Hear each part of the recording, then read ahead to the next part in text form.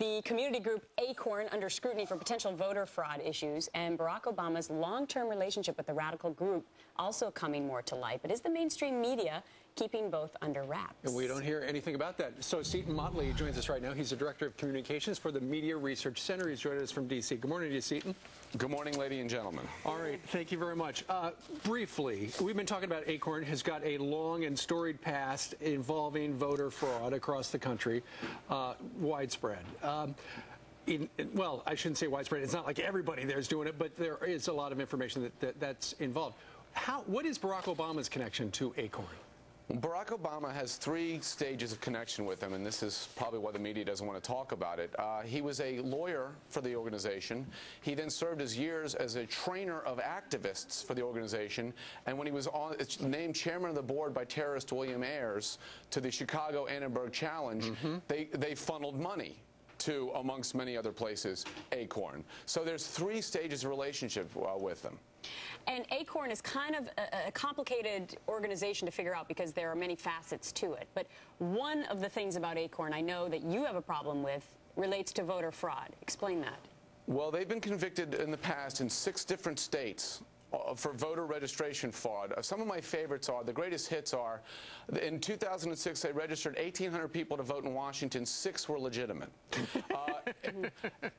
In Ohio, they registered a man by the name of Jive Turkey to vote, along with Dick Tracy and Mary Poppins.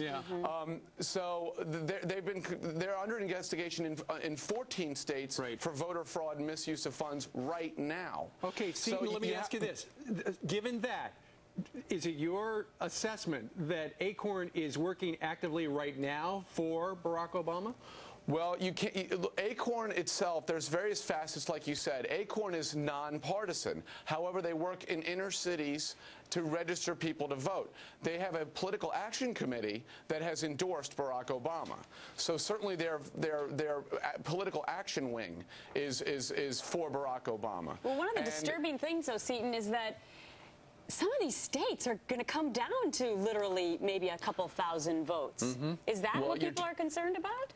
You're talking about what ACORN has been convicted of in the past is fraudulently casting absentee ballots. If you want to look at a very important swing state, let's take Ohio, where the Democrat Secretary of State issued an edict saying, we're going to allow same-day voter registration and voting, which I'm not saying, we don't know yet if it's connected to ACORN. Gee, it would be nice if the media would look into that.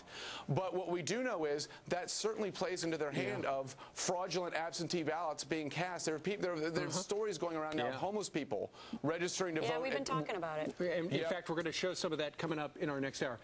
Seton Motley, we thank you very much for joining us live. By the way, you're first guy who is ever on this show said Jive Turkey. First guy thank you. Ever.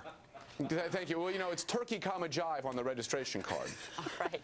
Good to see you. All right. We'll be back in just a minute.